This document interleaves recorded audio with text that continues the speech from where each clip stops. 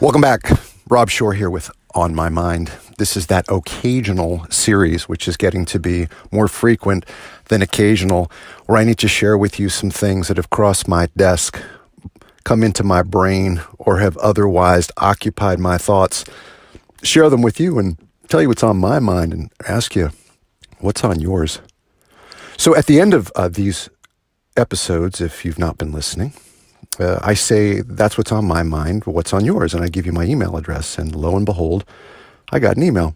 And the email that I got was from an internal.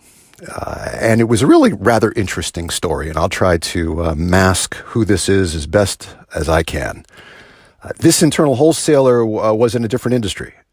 And he was having a conversation with some friends or acquaintances, and for some reason in the course of conversation at this social setting, annual earnings came up.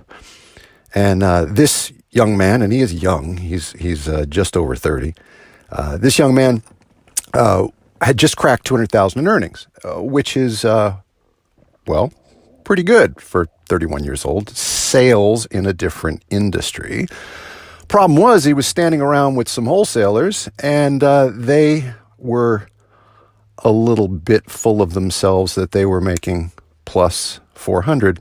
So this gentleman decides he wants to be a wholesaler, and he is fortunate, in my opinion, to get a job as an internal with a tier 1 firm.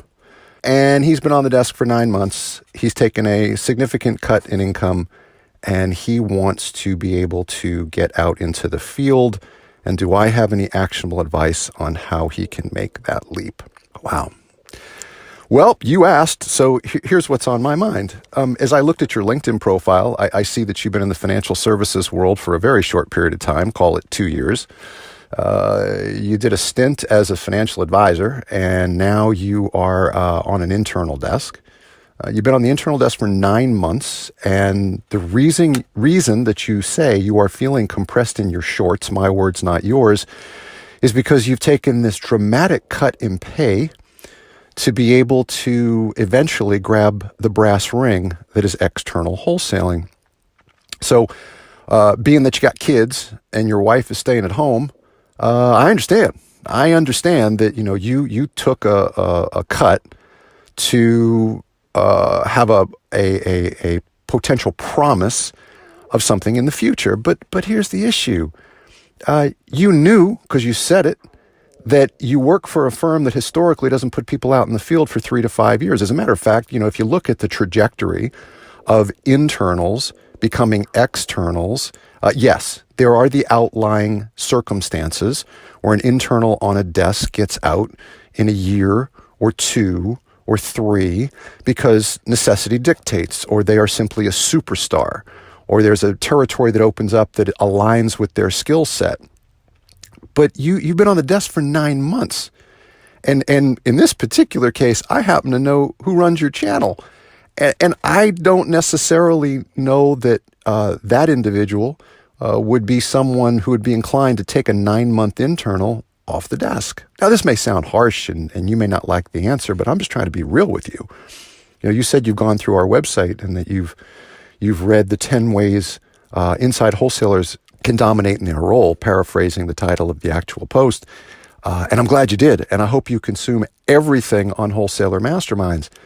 But I guess what comes to my mind is, what's on my mind is, internals that want to get outside need a combination of amazing skills.